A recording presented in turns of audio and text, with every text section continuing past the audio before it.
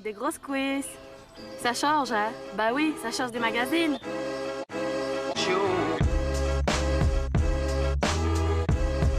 Que la force soit avec toi, à jamais.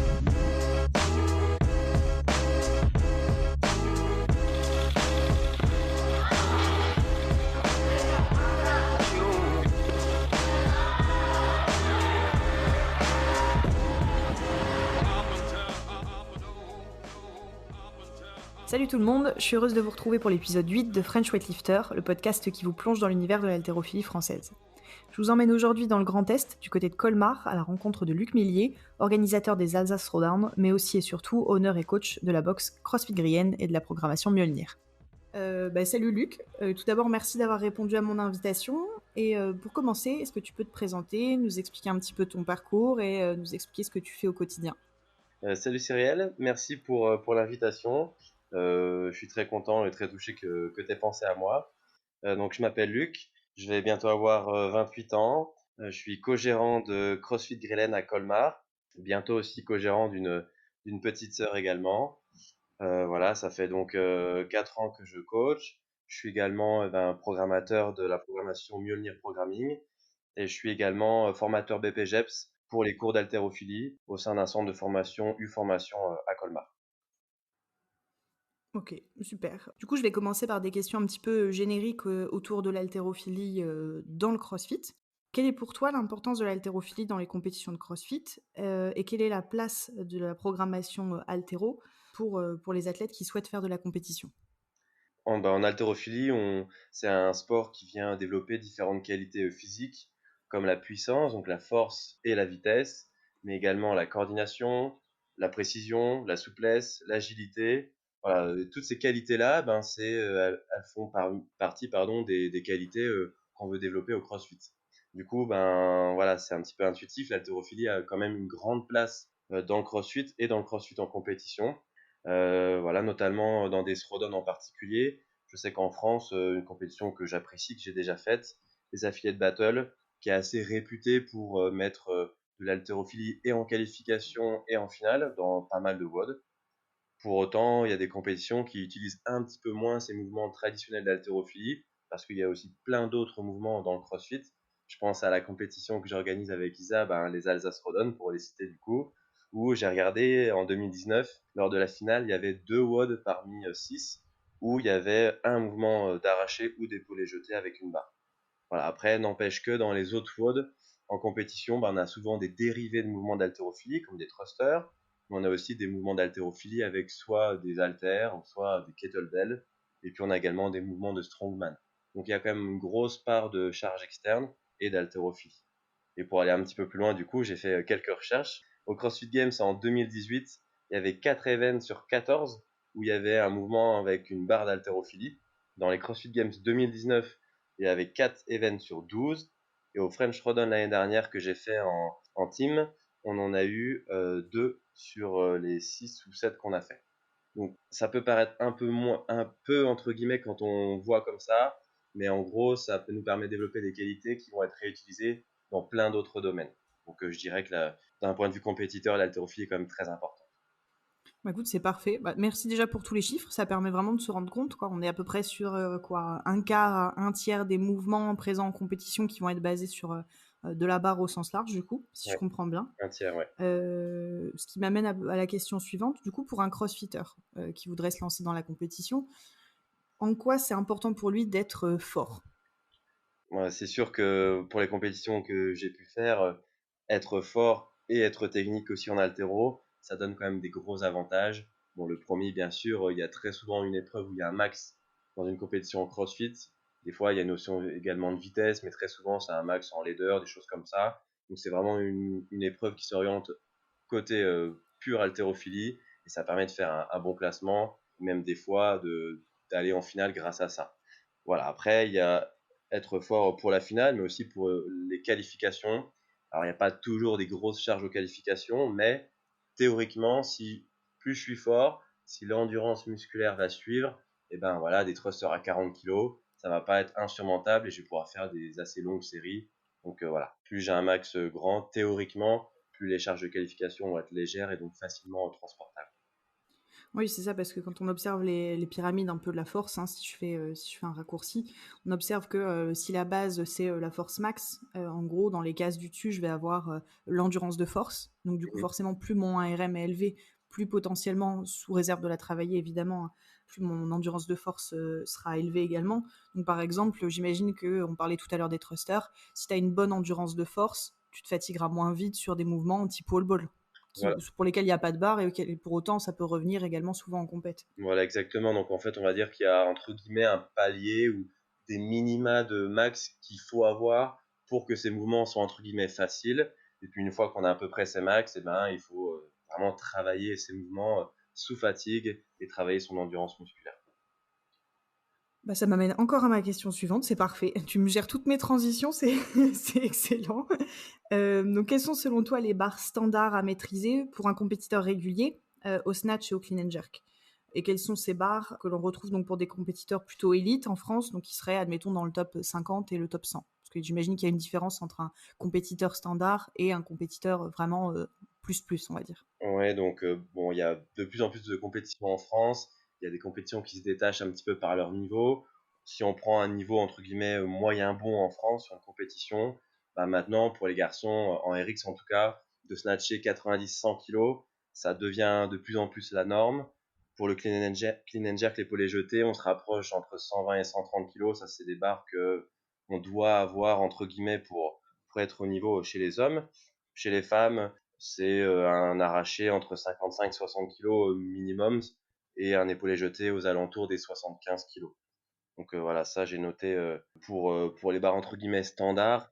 Maintenant, voilà, dans le top 50 français aux Open, ben, cette année, bon, le premier français, Willy Georges, c'est aussi lui qui a les meilleurs max.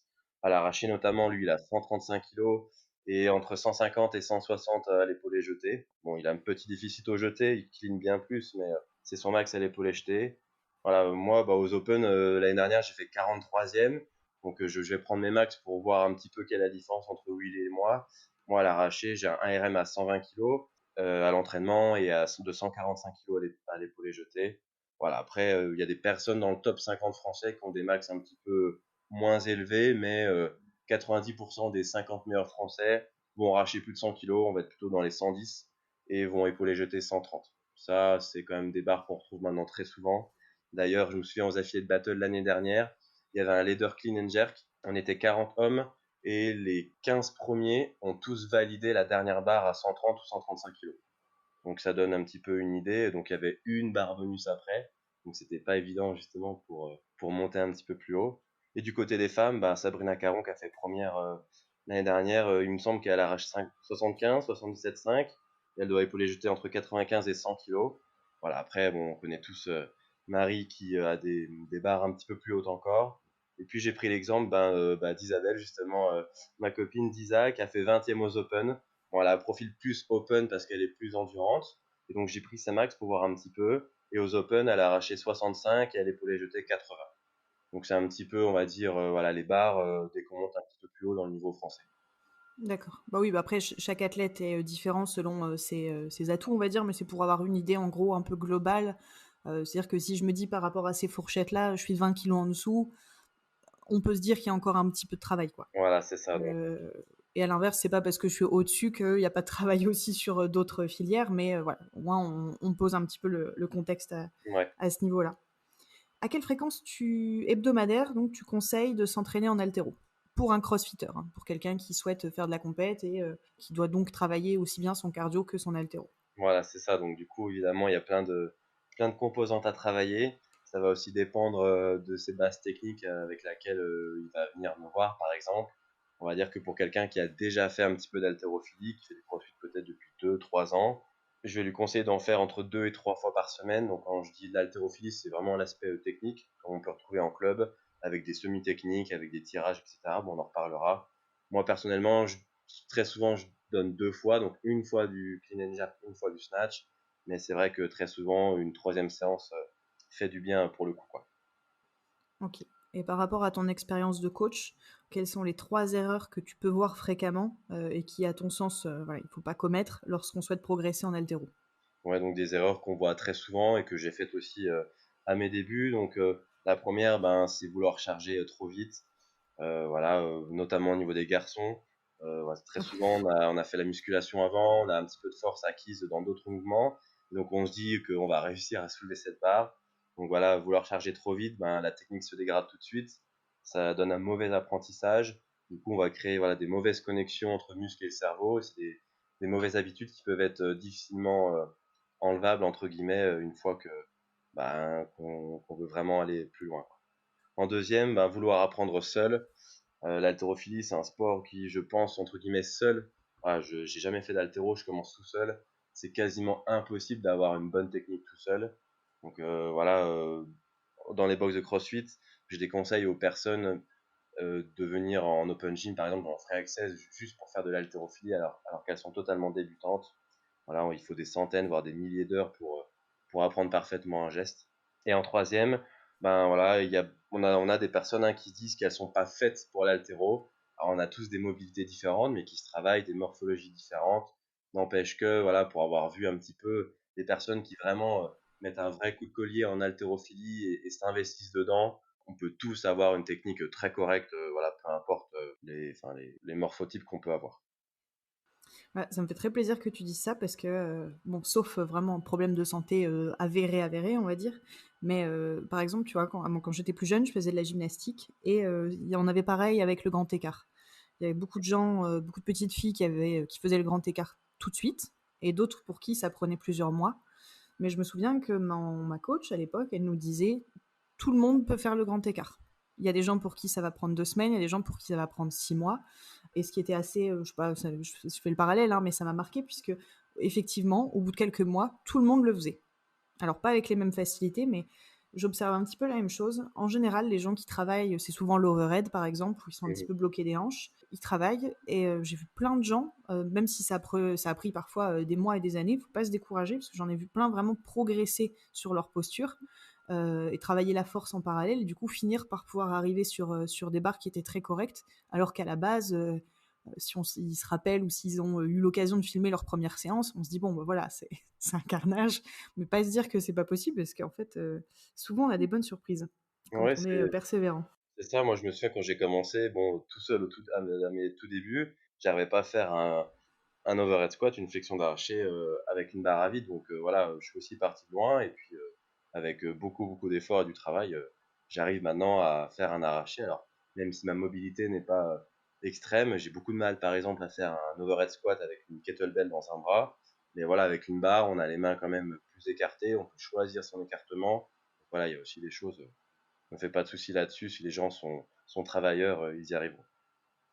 Et puis je trouve que si tu es bien coaché, c'est une bonne façon aussi d'apprendre à individualiser un petit peu plus parce que bon, faut pas se dire allez, j'ai pas de coach, je fais un petit peu comme je le sens et du coup la posture elle est pas top, mais on peut très bien se dire voilà, moi, je vais trouver des choses ou un écartement des pieds ou un écartement des mains justement sur une prise d'overhead qui soit un petit peu plus personnelle, quitte à ce qu'elle soit moins standard, mais qui correspondra plus à mon niveau de mobilité, même s'il est actuel et que petit à petit on va peut-être pouvoir resserrer les pieds ou les mains, hein, tu vois, pour Ouais. changer un peu la posture. Mais je trouve que quand on est curieux, en plus, ça aide vachement à connaître son corps, du coup, parce qu'on apprend à trouver des solutions.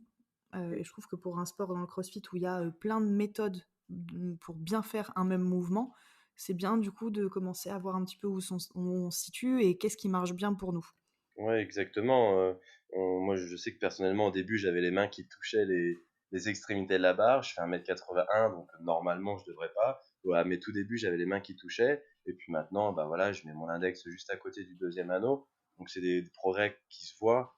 Et puis, même à très haut niveau, même si on regarde les athlètes olympiques ou championnats du monde, il y a des filles ou des garçons, j'ai plus le nom de la fille, mais qui ont des techniques, qui ont leur propre technique. Donc, il y a l'école, et puis après, je sais plus le nom de l'athlète, de la femme, qui vient faire un jeté, un jeté fente, et qui vient clairement déposer son pied arrière bien avant son pied avant. Enfin, après, on a tous des techniques qui font que voilà, ça ne nous empêche pas de monter à des très hautes charges. Ah, ce sont des vidéos de Loredana Thomas, Ouais, la roumaine, qui ont été énormément relayées justement en slow motion pour bien observer le tempo avec lequel elle touchait le sol avec sa jambe arrière, justement avant sa jambe avant. c'est une exception, mais bon, ça montre qu'on peut quand même avec des techniques différentes.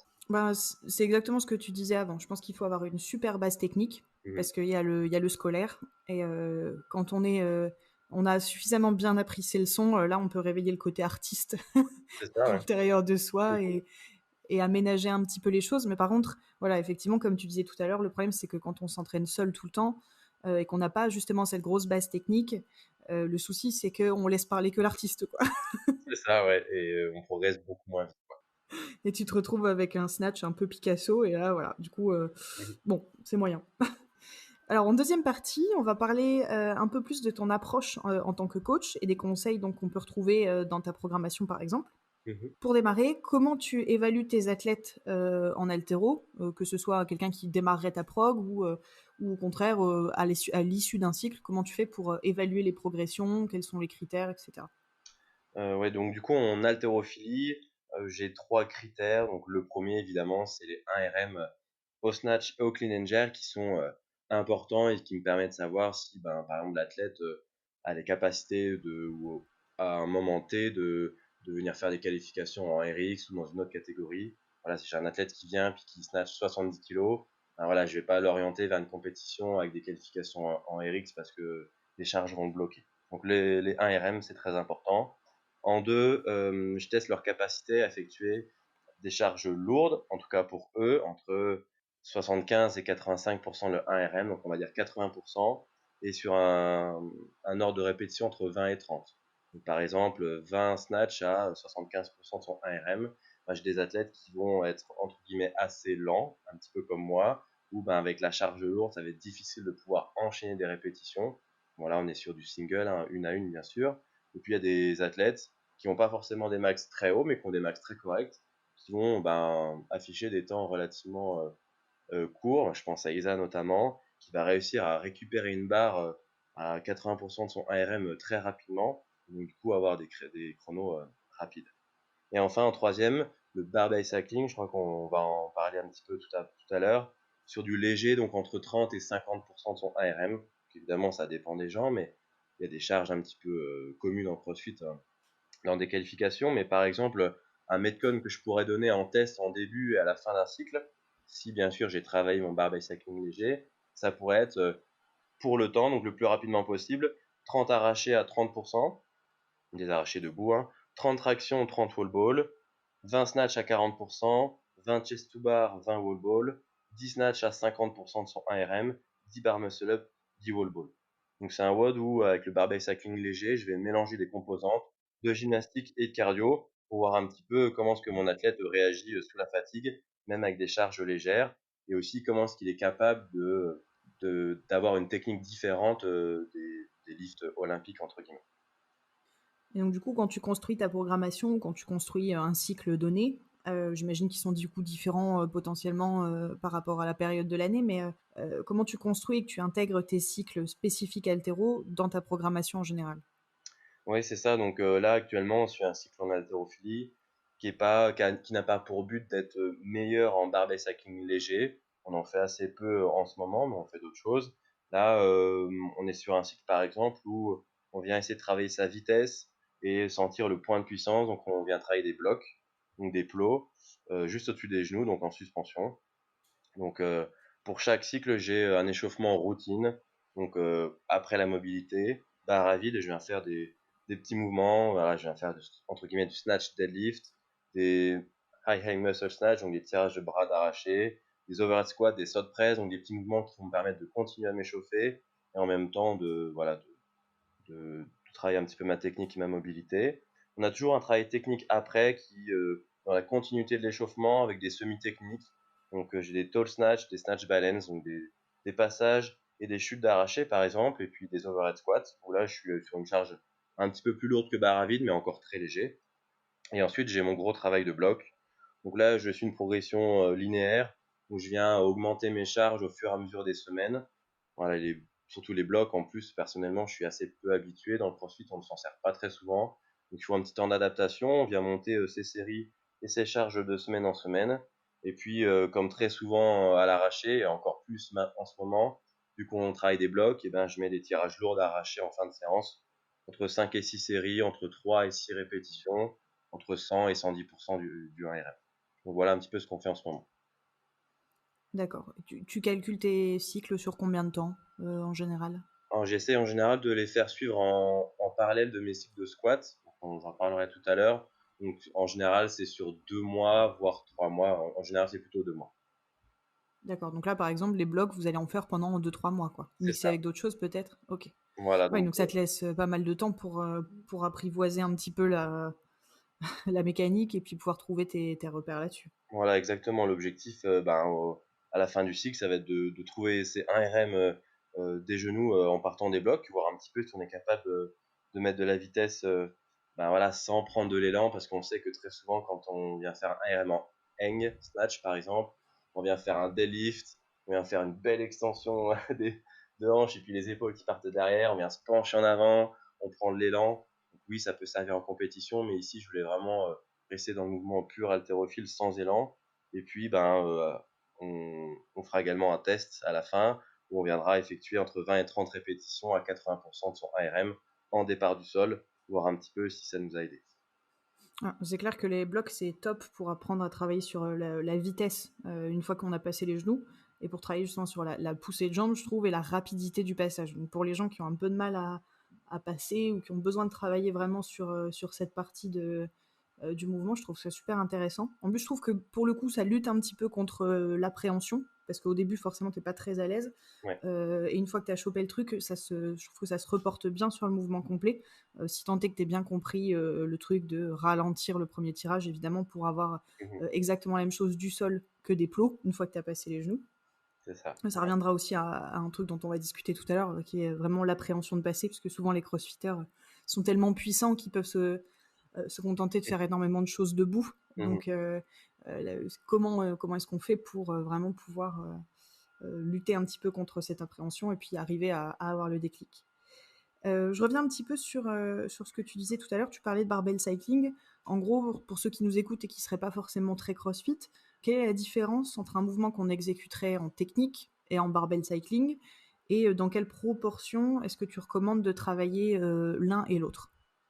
Alors une technique pure haltérophilie, c'est comme un engagement qui est beaucoup plus orienté sur les quadriceps. Donc on parle des cuisses très souvent, des cannes. Et voilà, on est quand même plus en quadri qu'en ischio, et où l'engagement des bras est minimal jusqu'à la fin du tirage, où je viens quand même monter mes coudes et me servir de mes bras, enfin en tout cas pour la chute. Sur du barbell cycling, on vient effectuer un haut volume de répétitions entre 20 et 100 à des charges légères. Et donc, du coup, on prend moins le temps, entre guillemets, de se placer. Donc, on est beaucoup plus engagé sur la chaîne postérieure. Donc, les fesses sont tout de suite beaucoup plus hautes. Les ischios travaillent plus. Le dos également, même si le dos travaille déjà beaucoup sur un lift pur, hein. Mais on tire souvent, entre guillemets, en dos parce qu'on peut avoir les jambes fatiguées de squat ou de cardio, de machine avant. Et très souvent, plus les charges sont faibles et plus on utilise nos bras, chose qu'on peut pas faire ou très peu sur un RM en haltérophilie. Je pense par exemple à des arrachés à 30 ou 40 kg. On est très souvent en muscle snatch ou en arraché force, même si on fait une légère flexion, on fait beaucoup avec les bras, ce qui nous permet d'avoir du jus dans les jambes pour autre chose. Donc voilà à peu près les différences entre les deux. Moi, à mon avis, par rapport à la programmation, c'est difficile de vraiment cibler ça, mais surtout dans la boxe, quand j'ai des personnes qui découvrent l'haltérophilie, entre guillemets, la technique devrait représenter 100% de leur temps, en tout cas la technique pure haltéro, et le barbell cycling 0. Alors si malgré ça, j'en ai en technique et en metcon, je vais quand même leur faire faire de l'haltérophilie dans le metcon, mais je vais bien insister sur une charge légère, à prendre leur temps, quitte à ce que l'intensité soit diminuée, pour qu'ils puissent garder un bon schéma moteur. Voilà, si on est débutant, et la technique n'est pas acquise et on va vite prendre des mauvaises habitudes. Et puis pour les plus aguerris, la technique, ça peut représenter 2 heures par semaine, ce qui n'est pas non plus énorme. Et puis dans les metcon, dans les conditioning, on va être plutôt sur du barbell cycling, où la technique est un petit peu différente. Donc même s'il faut toujours faire un petit peu de technique parce que ça peut se perdre un petit peu, surtout si ça n'a pas été pratiqué pendant 10 ans. Voilà, après, pour quelqu'un qui se débrouille bien, ça peut être entre guillemets 50-50. Ouais, c'est super important. Tu parlais de l'engagement de la chaîne postérieure sur le barbell cycling. C'est vrai, hein, d'ailleurs, on le ressent quand on fait plus de technique, ce qui est mon cas, que de barbell cycling. Quand on fait un peu de barbell cycling sur des charges qui sont du coup relativement légères par rapport à nos max, tu as tout de suite très mal au mollet. Tu vois, tu sens tout de suite que tu as un engagement qui est vraiment différent de la dynamique que tu peux avoir d'habitude, plutôt vraiment ciblé sur les quadrilles majoritairement. Mmh. Et à l'inverse, je trouve que du coup, en termes comment de schéma moteur, quand tu es habitué à faire beaucoup de barbell cycling ou beaucoup de WOD, même lourd, que tu commences à faire en barbell cycling, on voit que le mouvement il se détériore. Parce qu'après, quand tu prends ce même athlète et que tu le mets sur des squats, du front Mmh. squat ou des back squats, tu vois même si les charges sont lourdes, ça ressemble toujours un chouïa plus à un good morning qu'à un squat. Ouais. Avec voilà, les yeux dans le sol, que ce soit sur les mouvements techniques ou même sur les squats. Et tu vois que l'athlète, même inconsciemment, il n'arrive plus à recruter les bons schémas moteurs pour faire un vrai beau squat tel qu'il faudrait qu'il soit exécuté. Ouais, exactement. Donc voilà, d'où l'importance, à mon avis, de continuer à faire les deux. Voilà, même pour quelqu'un d'aguerri, même si le volume peut être un petit peu différent. Tu parlais tout à l'heure des Open.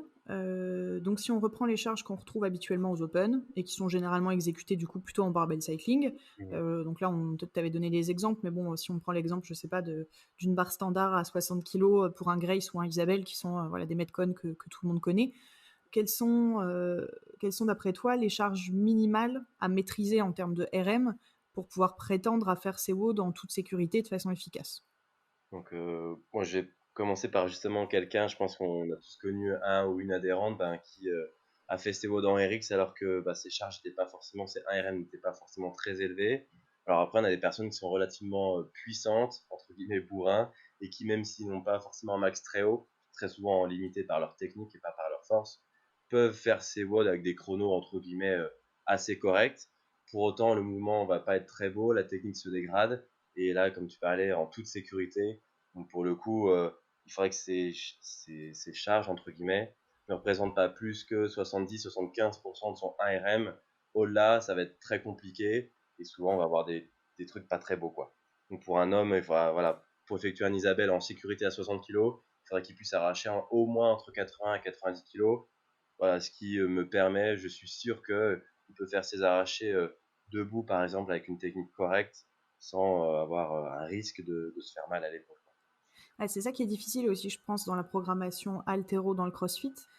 C'est que si tu donnes un pourcentage, j'en sais rien, 50% à quelqu'un, le problème c'est de savoir quelle est la qualité de son ARM. Parce que forcément, je trouve que quand tu es capable de faire un Isabelle à 60 kg alors que tu as un max sur le papier à 70, Mhm. ça veut dire qu'effectivement, il y a des chances que le max à 70, il soit techniquement pas top du tout. Parce que si tu as Ouais. la force pour enchaîner un bon chrono à 60 kg, tu devrais logiquement faire plus en 1RM.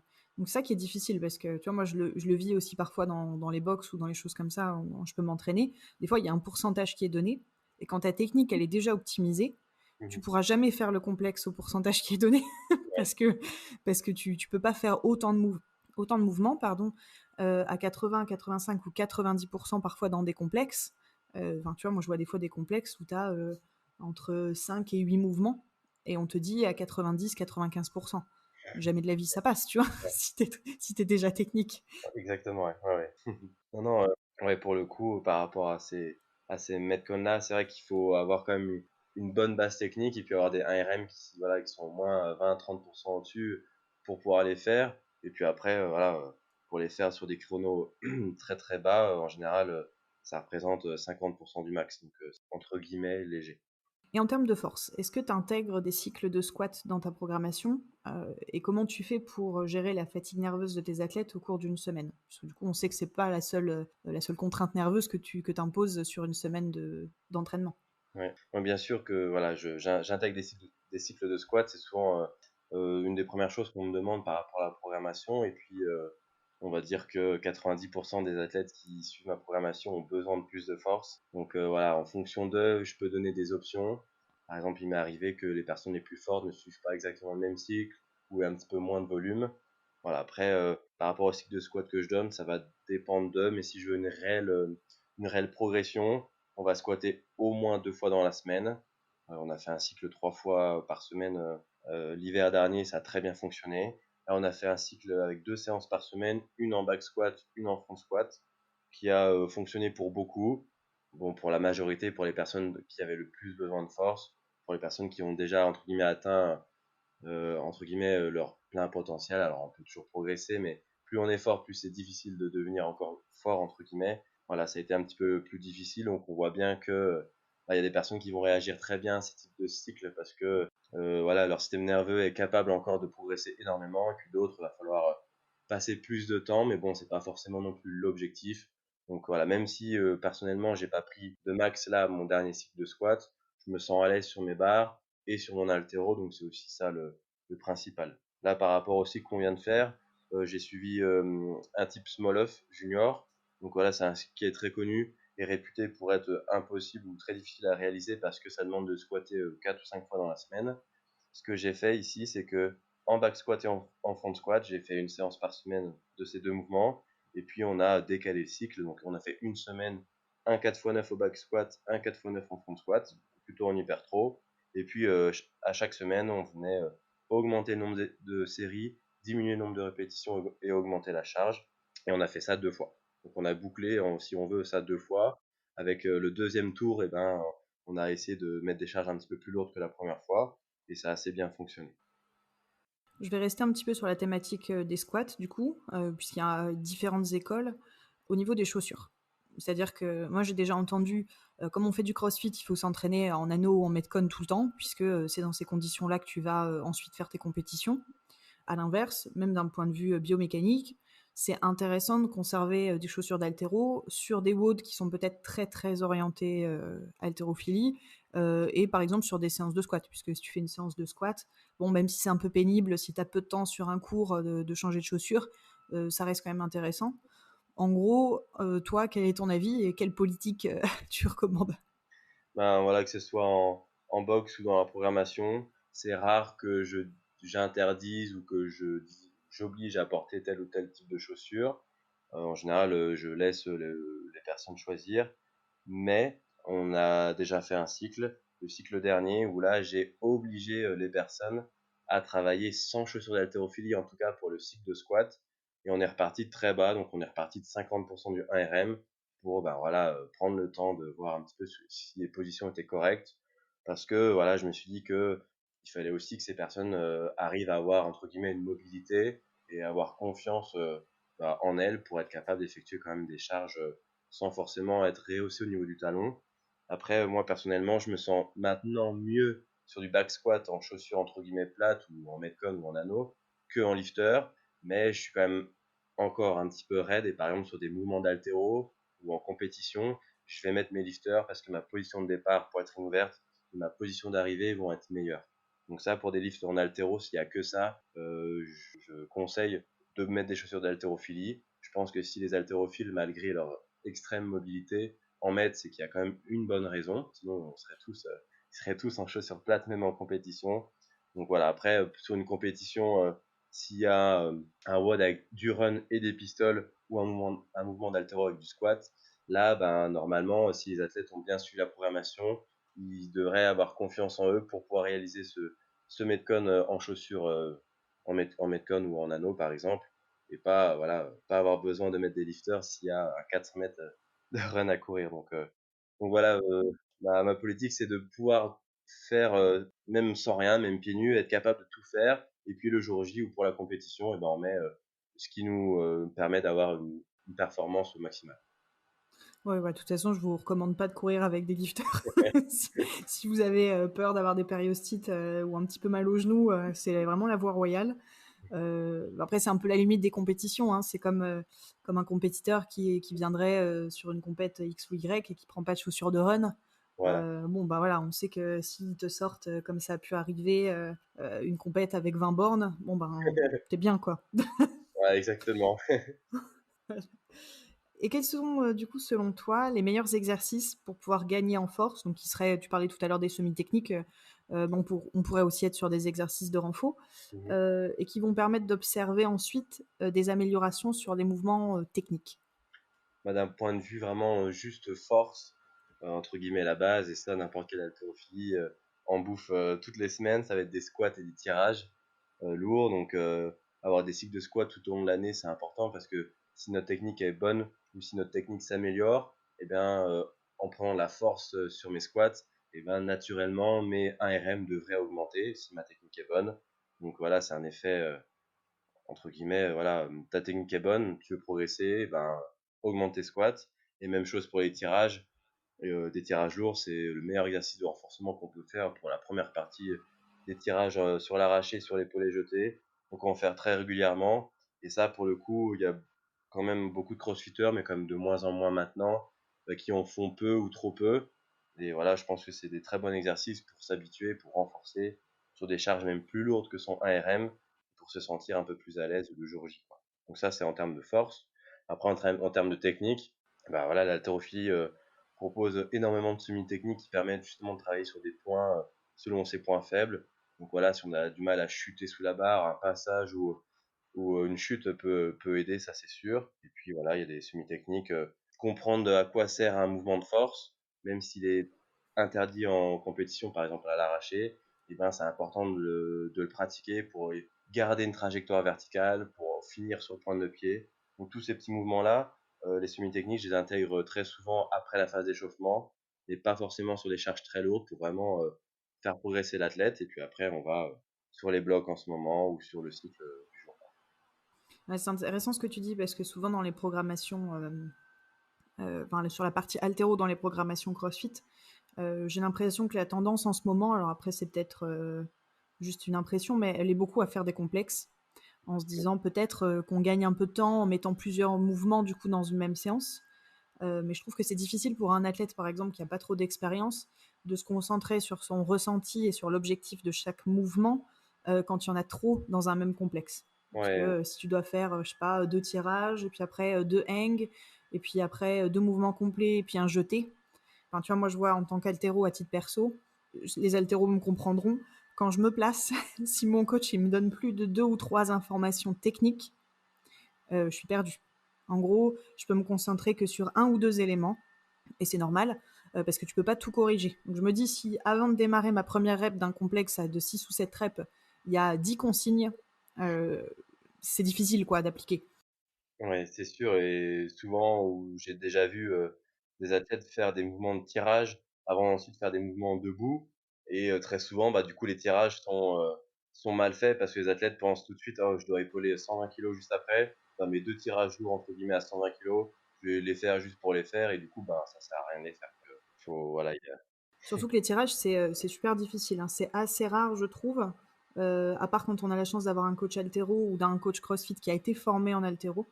Souvent, je trouve que les tirages CrossFit, ils ressemblent plus à des deadlifts avec un petit coup de bassin et un petit shrug, comme on dit en CrossFit. Mais ça, si on découpe un épaulé, par exemple, c'est pas du tout la technique qui va être appliquée sur le premier, sur le deuxième tirage. ouais, c'est ça. Ben, je pense que pour beaucoup, même maintenant, dans les sprodomes, entre guillemets, peu de crossfitters pratiquent beaucoup les tirages et ça se voit, oui, ça se voit. Ça se voit juste en leur demandant, bah, fais-moi un tirage d'arraché lourd ou un tirage d'arraché plus léger, un tirage de bras, enfin des choses comme ça. Ça se voit tout de suite si la personne a pratiqué ou pas. Si on n'entend pas le clic-clic des poids, déjà, c'est pas bon. Ouais, ouais, c'est ça. C'est un deadlift avec une petite poussée de jambe, quoi. Mais du coup, on n'est pas sur ce que ça devrait être, je pense. Ouais. Petite question psycho. On en avait parlé vite fait tout à l'heure, mais du coup, je reviens là un petit peu plus en profondeur. C'est une question qu'on m'a posée plusieurs fois sur Instagram, justement. Comment on fait, ou quelles sont les petites astuces si j'ai peur de passer sous ma barre? Donc, dire que je suis par exemple potentiellement puissant, mais que voilà, je maîtrise bien debout et qu'au moment où je me dis il faut que j'exagère, hein, mais que je me jette en dessous, j'ai de l'appréhension et donc du coup je refuse un petit peu ma barre. Moi j'ai déjà vu des accidents vraiment pas cool comme ça, où il y avait un très gros tirage et j'ai un peu d'appréhension et donc du coup tu vois les coudes passent pas franchement, je peux me faire un peu mal au poignet. Donc en plus c'est vraiment important je trouve de se dire si j'y vais franco quoi, parce que sinon, C'est sinon ça. ça peut mal se terminer. Toi en tant que coach, qu'est-ce que tu recommandes aux athlètes qui ont un peu de stress avec ça? Ben, l'utilisation des semi-techniques, par exemple, comme un passage d'épaulé ou d'arraché ou des chutes, ben, c'est des choses qu'on va faire beaucoup, entre guillemets, très léger. Donc, pour la plupart, souvent, ils sont barres à vide. Et ça permet, à force de répéter, et ben, que ce soit un réflexe. Donc, je pense que ça, c'est des mouvements qui doivent être faits dans tous les cas et pour tout le monde. Et puis, pour le coup, bah, je vais prendre mon exemple parce que je me souviens que après un an d'haltérophilie où j'avais quelqu'un qui me coachait un petit peu mais qui n'était pas toujours là, c'était une adhérente, hein, dans un club dans une salle de fitness classique, plutôt orienté force. mais il y avait très peu d'haltéros. Ben, moi, j'arrachais 80 kilos debout et j'arrachais 80 kilos en flexion. Donc voilà, il y avait effectivement un vrai souci par rapport à la chute. Donc ça, c'était en 2013. Et du coup, je me souviens que quand je suis allé à Strasbourg pour mes études, et ben, que j'ai repris les bases et puis que je me suis inscrit dans le club auquel tu tires maintenant, à la SPTT Strasbourg. Et donc avec Christian, et ben, on avait repris les bases sur des mouvements de semi-technique et les mouvements complets mais très légers. Et je faisais énormément de flexion, donc en plus j'étais très raide. Donc là, je faisais 4 à 5 séances par semaine. Il n'y avait pas de salle de CrossFit à l'époque, donc les haltéros, mais aussi il y avait de plus en plus de personnes qui voulaient faire du CrossFit s'inscrivaient au club pour faire de l'haltéro, puis pouvoir faire un petit WOD à la fin dans un coin. Et puis, je me souviens qu'en moins d'un an, j'ai arraché 100 kilos, donc j'ai gagné 20 kilos sur mon max. Alors cette force, entre guillemets, je l'avais déjà. Alors j'ai pris en force sur mes squats, mais voilà, c'était vraiment la chute qui me posait vraiment souci. Et donc voilà, en moins d'un an, j'ai pu faire une barre que je rêvais d'avoir depuis des années. Donc voilà, ça m'a vraiment montré que qu'en reprenant les bases, entre guillemets, ça me permettait de progresser, donc accepter de travailler plus léger. Ça, c'est sûr, on va pas, si j'ai du mal à chuter à partir de 60 kilos, j'arrive plus à chuter, c'est pas en travaillant en 65 ou 70 kilos que je vais chuter. Il faut travailler encore plus léger. Il faut accepter d'être corrigé par son coach et mettre son ego de côté, même si les barres, on a les poids entre guillemets pour les enfants, les poids techniques, là, les poids de nid ou 5 énormes, et puis travailler encore plus sa mobilité, parce que très souvent il y a l'aspect mental, mais il y a aussi parce qu'on n'est pas très confiant par rapport à sa mobilité, donc il faut également la travailler. Moi, j'étais jaloux de la mobilité des haltéros que je voyais tirer à côté, donc voilà, j'ai travaillé un petit peu pour être plus confiant, et puis ça a assez bien fonctionné. Ouais, on se rend pas compte à quel point c'est important de faire des mouvements en flexion parce que même si tu les fais effectivement bien en dessous de tes max pour les travailler justement en termes de technique, c'est du volume de squat que tu rajoutes à ta semaine, même si c'est pas des barres très lourdes, tu t'en rends pas compte, mais au final, le nombre de répétitions hebdo que tu vas faire à X pourcentage sur 3-4 mois, il te permet aussi, je trouve, d'améliorer ta force. Donc ça t'enlève presque des séances de squat quand tu débutes ou que tu as un niveau moyen, disons, parce que ça te rajoute un volume. Et puis tu parlais d'ego, moi ça me fait toujours un peu sourire parce que en réalité, je pense qu'il faut se dire quand on fait du crossfit, il n'y a pas d'ego en haltéro. Ça paraît peut-être un peu bizarre dit comme ça, mais il n'y a que deux solutions quand tu fais une barre, tu la réussis ou tu la rates. Ce qui fait qu'en réalité, tu passes ton année à rater des trucs. Enfin, c'est vrai, hein, c'est très très fréquent, tu rates énormément. Ouais. Donc si t'es pas à l'aise avec le fait de rater, ce qui amène souvent les gens à mettre très lourd en se disant voilà, moi je veux avoir une grosse barre. En réalité, non, on vit avec l'idée de rater tout le temps. Et que c'est dédramatisé du coup en fait.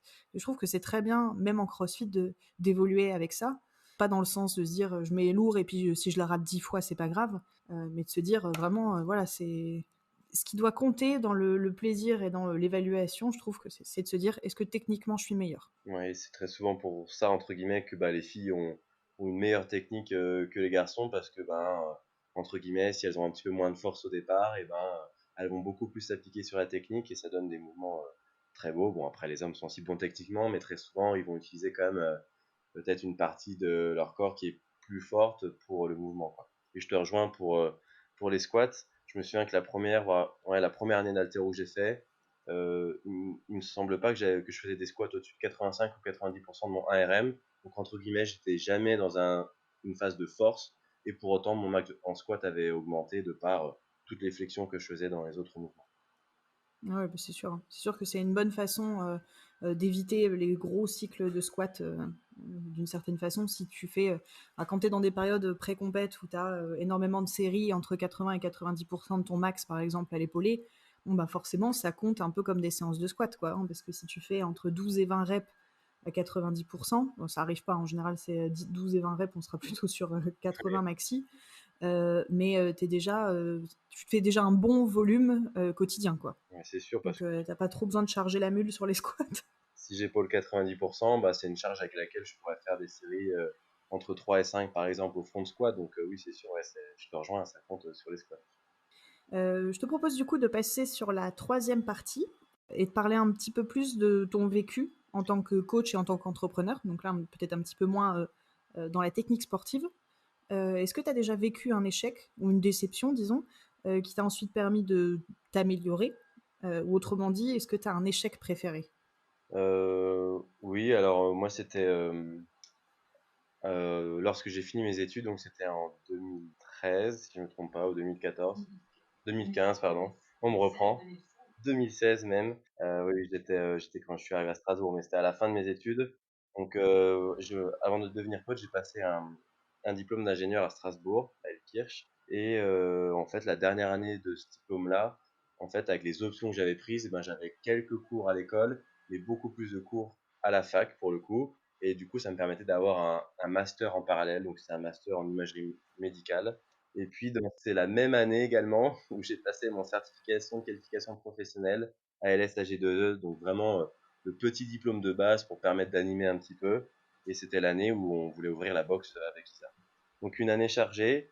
Heureusement, bon, j'ai eu mon CQP, donc tant mieux, ça m'a permis d'animer un petit peu au début. Et puis j'ai eu mon diplôme d'ingénieur, donc ouf, ça m'a pas servi à rien en tout cas. Mais j'ai pas eu mon master Pridi, alors que pour le coup, c'était exactement le même cursus. Mais voilà, le stage c'était un peu moins bien, c'était moins bien passé du côté de mon master, et donc j'ai pas eu l'évaluation finale sur le rapport de stage, etc.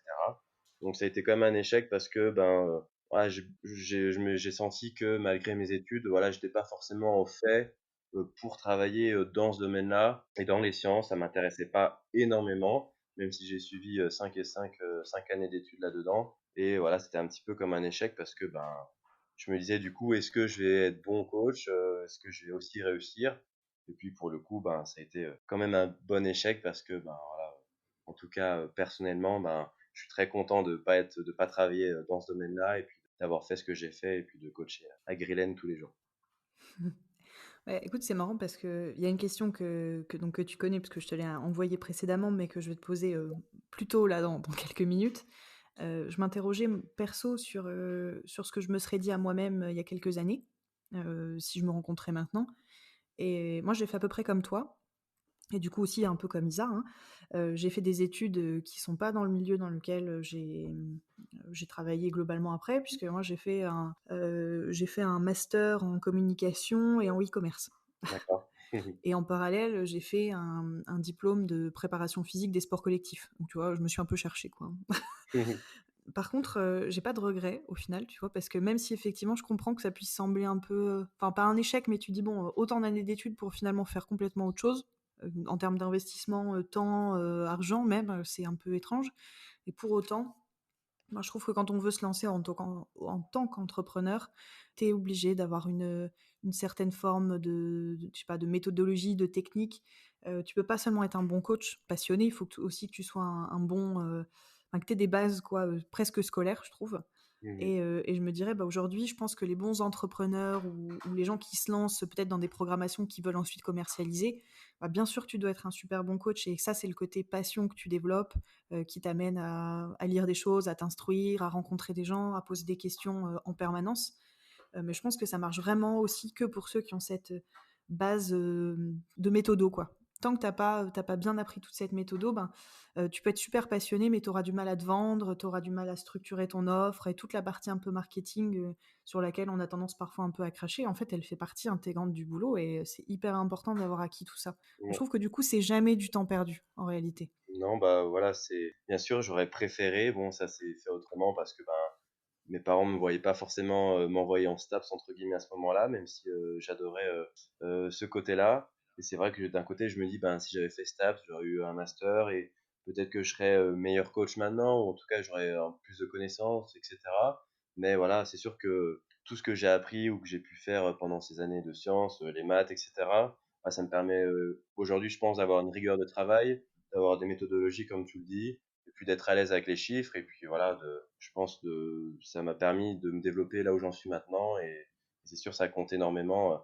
Je dirais pas autant, mais bon, on peut être le meilleur des coachs si on n'est pas connu, ou si on n'a pas de site internet, ou si on ne sait pas vendre, et on gagnera pas d'argent malheureusement. Et voilà, pour le coup, je pense que d'être un bon coach c'est important, mais voilà, avoir le reste qui suit à côté, avoir une stratégie de marketing, d'avoir un site internet, de proposer du contenu, des choses comme ça, ça permet de se faire connaître, et puis ça permet de vivre tout simplement, quoi. Oui, puis il faut sortir. J'imagine que vous le faites très bien avec Isa, puisque vous avez la boxe depuis plusieurs années maintenant. Donc, force est de constater que ça marche très bien. L'idée, c'est que tu peux pas seulement bien coacher. On va dire que c'est normal, c'est quand même le cœur de ton métier, les gens payent Mmh. pour ça, donc c'est la moindre des choses. Mais si t'as pas un peu cette fibre entrepreneuriale, si t'es pas, je trouve, dans une démarche où pas tu stresses, mais tu vois, tu te remets tout le temps en question et que tu te demandes qu'est-ce que je pourrais améliorer, qu'est-ce que je pourrais faire mieux, ben tiens, ça marche pas, pourquoi ça marche pas, est-ce que je peux le changer ou est-ce qu'on supprime, on remplace par autre chose? Si on remplace par un autre cours ou par un autre concept, ben vers quoi on part? Enfin, c'est plus du boulot de coach, ça c'est vraiment du boulot d'entrepreneur et je trouve que, enfin moi ça me passionne, je trouve ça vraiment génial et c'est ce qui fait que tu passes des heures et des heures que tu comptes pas.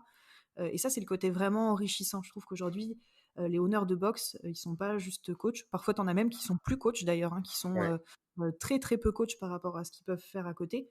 Mais en réalité, tu as une vraie compétence pluridisciplinaire. Et je trouve que moi, pour l'avoir vécu, tu vois, si un jour tu dois arrêter et que tu dois changer, que tu veux repartir dans un autre milieu, ben, t'as pas de mal à présenter ton CV parce qu'en réalité, tu sais faire plein de choses, quoi. Exactement, ouais, c'est donc moi je pourrais pas personnellement ne faire que coacher, ça me plaît beaucoup, mais j'ai besoin d'autres choses également et l'aspect entrepreneurial, me plaît beaucoup beaucoup aussi. Donc du coup, je reste un peu dans cet état d'esprit, mais quel conseil ou quel mantra, quelle citation Pinterest tu tu pourrais imprimer, sur une affiche? Je sais pas, pour l'afficher, dans ta box ou dans ton bureau, sur ton frigo? Du coup, bon, j'ai repris, quelque chose qui existe déjà, hein, qui vient de CrossFit, mais qui est valable, je pense, pour plein de choses. C'est la mécanique d'abord, la régularité ou la constance ensuite et puis l'intensité en dernier, quoi.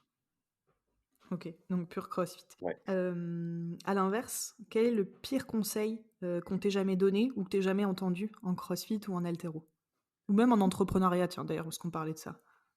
Bon alors là, j'avais la question, j'ai pas forcément trouvé de pires choses que j'avais pu entendre, mais voilà, je pense que du côté entraînement, on a tous entendu des fois, des adhérents peut-être, donner un conseil gentiment à un voisin et puis du coup, ce conseil était totalement débile. J'ai pas d'exemple en tête, mais oui, c'est sûr que je pense qu'il y a pas mal de fausses idées ou de mauvais conseils qu'il peut y avoir et bah, j'encourage les personnes qui souhaitent, progresser, que ce soit en CrossFit, en haltéro ou à développer leur business, leur box, etc., à demander conseil auprès des personnes chez qui ben, ça marche assez bien, quoi. Mmh. Ouais, c'est vrai. Alors ça, c'est rigolo parce que là, pour le coup, j'en parlais avec un owner il y a pas très longtemps. Tu as beaucoup de owners qui ont l'impression, peut-être, alors je caricature, mais, tu vois, d'avoir inventé, l'eau chaude, et qui ont hyper peur, soit de communiquer leurs bonnes pratiques, soit à l'inverse, de dire: «Bon, ben, tel domaine, je suis nul. Donc, si toi tu sais faire, quels conseils tu pourrais me donner?» Et moi, je le vois depuis que je fais les podcasts, je discute avec plein de gens super différents et j'ai remarqué que le point commun entre les différents, intervenants, c'est que c'est tous des gens qui sont tellement passionnés par ce qu'ils font, que tu discutes avec eux, ils te disent tout ce qu'ils savent, sans se méfier, quoi, tu vois? Sans se dire: Mmh. «Oh là là, je vais lui donner un conseil, grâce à ça, il va devenir le meilleur et pour moi, ça va pas le faire, du coup». Jamais, tu vois? Ouais, ouais. Non, mais je suis totalement d'accord avec toi sur ce point de vue. Ouais. Et selon toi, du coup, qui est-ce qui illustre le mieux la réussite dans le sport en général? Que ce soit en crossfit, en haltéro, même dans d'autres sports d'ailleurs, hein. Ouais, bon, c'est vrai que bon, du coup, c'est large et puis il y a énormément de sportifs qui ont réussi. Si je parle juste, entre guillemets, de réussite sportive, bon, bah, je reste dans mon domaine. Je pense à Tia Claire Toumi qui a gagné les Games plusieurs fois et qui en plus a fait les Jeux Olympiques en haltéro. Donc ça, c'est quelque chose d'assez extraordinaire. Et puis, si je pense aussi à la réussite sportive, mais aussi entrepreneuriale, je pense à Rich Froning qui, bah, même chose, a été un champion pendant 4 années, plus ses années en équipe, qui a développé une boxe, bon, même qui gère, il coach pas forcément, mais il a aussi une programmation, il fait des séminaires, voilà, il a aussi développé tout ça. Puis il y a aussi, ben voilà, chez nous en France, hein, Willy Georges qui bah, a montré et puis qui montre encore que c'est un très très bon athlète, qui fait partie des meilleurs mondiaux, et puis qui développe petit à petit voilà, son business et qui sa programmation, puis qui pense aussi, je pense, aux années après le haut niveau, quoi. Mmh. Ouais, c'est que des bons exemples, hein. C'est vrai que Tia Claire Toumi, c'est vraiment, la girl boss par excellence. Rich Froning, c'est un super, exemple entrepreneurial parce que c'est vrai que tu as l'impression quand tu regardes sur les réseaux sociaux que sa vie, c'est Disneyland, quoi. Tu as envie Ouais, d'avoir son garage gym, tu as envie d'avoir sa boss, tu as envie d'avoir ses potes, tu as ça, envie d'avoir, son camping-car et ses nerfs, quand il part en compète. tout le monde veut un t-shirt CrossFit Mayhem, quoi. Et voilà, donc ouais, il a vraiment réussi à déposer cette chose-là, quoi, son nom et sa marque. Mmh. Ouais, bah, je pense que c'est les valeurs aussi qu'il véhicule, quoi. Le personnage, il est assez attachant, hein, et puis Exactement. impressionnant surtout. Il me reste du coup, 2 petits points, donc 2 petits conseils pour terminer. Le premier à titre perso, qu'est-ce que tu dirais pardon, au Luc d'il y a 5 et 10 ans? Alors il y a 5 ans, donc j'allais avoir 23 ans. J'étais dans ma deuxième année, il me restait encore un an et demi d'études. Ben, je lui dirais de s'accrocher parce que ben, c'était des années pas forcément évidentes dans le sens où les études ne me plaisaient pas énormément, mais de continuer à m'accrocher et puis que j'allais m'épanouir plus tard et que ce que je fais là participerait de loin ou de près, mais participerait quand même à ma entre guillemets réussite plus tard. Donc voilà, de pas avoir d'inquiétude. Au lieu d'il y a 10 ans, donc j'avais 18 ans, j'avais mon bac. Voilà, mes parents étaient pas forcément, comme j'ai dit, chauds pour que j'aille en STAPS. Du coup, bon, ben, j'étais pas un méga bon élève, mais j'avais des notes très correctes. Du coup, ben, voilà, j'ai décidé de faire une prépa et de rester dans les sciences. Voilà, ben, un petit peu la même chose, hein. Je me dirais de m'accrocher parce que ça a été des années difficiles. Après, bien sûr que j'aurais envie de lui dire, n'écoute pas tes parents, va en STAPS, fais ce qui te passionne le plus. Et puis, ben voilà, peut-être que j'aurais mieux réussi, peut-être pas. Voilà, ça aurait changé toute ma vie. Il y a des personnes que j'aurais pas rencontrées. Du coup, voilà, il y a forcément des choses qui se seraient pas faites. Je pense qu'il faut pas regretter ce qu'on a pu faire, sauf si vraiment on a fait des erreurs. Mais pour moi, c'est pas été une erreur d'avoir fait le parcours scolaire que j'ai fait. Et ça me permet aujourd'hui d'être l'homme que je suis, puis de permettre de développer CrossFit Grelen avec Isa et ma programmation de mon côté, quoi. Ah, c'est marrant parce que ça aussi, c'est quelque chose que tu as en commun avec, mes intervenants précédents. Il y a beaucoup de gens qui m'ont dit, qu'ils retenaient pas forcément d'échecs ou en tout cas qu'ils avaient rien vécu comme des très gros échecs, mais que comme des choses qui auraient pu être, améliorées, mais qu'en tout cas s'ils devaient refaire leur parcours, ils referaient le même, quoi. Donc bah, tant mieux, tant mieux. Ouais, tant mieux, c'est sûr. Je pense qu'il faut pas vivre avec des regrets et essayer de tout transformer, même si c'est pas toujours positif, de tout transformer ce qui a pu être un peu moyen et trouver le bon dans chaque chose. Et voilà, ça nous permet d'être en meilleure santé mentale et puis d'être épanoui, quoi. Bah, carrément. Du coup, pour terminer cet épisode, il me reste une dernière question. Quel conseil donnerais-tu simplement à quelqu'un, qui débute une programmation et qui a des grosses lacunes en haltéro? Alors, je dirais à cette personne de toujours être encadré par un coach, que ce soit en salle de CrossFit ou en club d'haltéro. C'est vrai que surtout au début, en plus, il y a quelques années, les clubs d'haltéro étaient très prisés des crossfitters, même encore maintenant, parce que bah, il y a un énorme savoir, parce que souvent c'est des petits groupes, on a le coach quasiment pour soi, ou voilà, s'il y a une super ambiance et on apprend très très bien. Heureusement, tant mieux, de plus en plus maintenant, les coachs CrossFit sont formés en haltéro, soit par leur pratique, soit par des certifications, des diplômes ou par leur expérience personnelle. Et donc voilà, maintenant dans les salles de CrossFit, on a des très bons coachs également en haltéro. Voilà, de suivre les classes. C'est pas parce que ça fait un an que vous faites du CrossFit que vous pouvez faire de l'haltéro en open gym par exemple. Vous avez le droit bien sûr, mais voilà, c'est pas forcément le mieux pour votre progression. Donc de suivre les classes et puis de pas hésiter à prendre des coachings perso parce que bah, on a le coach pour soi tout seul et les personnes qui sont déjà venues bah, me disent à chaque fois trop bien, j'ai enfin compris ça, et ça en une heure, quoi. Alors que peut-être qu'il aurait fallu plusieurs cours avant d'avoir ce petit déclic. Donc voilà, vraiment de rester encadré à chaque fois, et puis de persévérer. Voilà, il m'a fallu des années pour avoir un mouvement pas trop moche, par exemple, à l'arraché. Donc il faut pas hésiter à en faire un petit peu plus. Alors peut-être faire un petit peu moins, par exemple, de gym ou un petit peu moins d'autres choses. Voilà, il faut s'épanouir, il faut pas se forcer, que ce soit une contrainte, mais voilà, faire un petit peu plus d'haltérophilie, peut-être pendant quelques mois ou un an, pour vraiment progresser et avoir de bonnes bases techniques pour ensuite pouvoir s'éclater dans le CrossFit en général, quoi. Ouais, et puis Dieu sait qu'en haltéro, on n'en a jamais fait le tour, hein. Exactement. Bah, merci d'avoir répondu à mes questions, et de nous avoir présenté un peu ton parcours et ton expérience de la programmation. Du coup, pour ceux qui nous écoutent, si vous avez des questions sur le sujet ou sur la programmation Mjolnir, n'hésitez pas à contacter Luc directement. Je vous mettrai tous les liens, en bio vers la programmation, vers, la boxe et cetera. Et puis, bah, j'espère que l'épisode vous a plu et je vous retrouve, très bientôt pour un nouvel épisode. Allez, je glisse. C'était très bien. C'était très bien.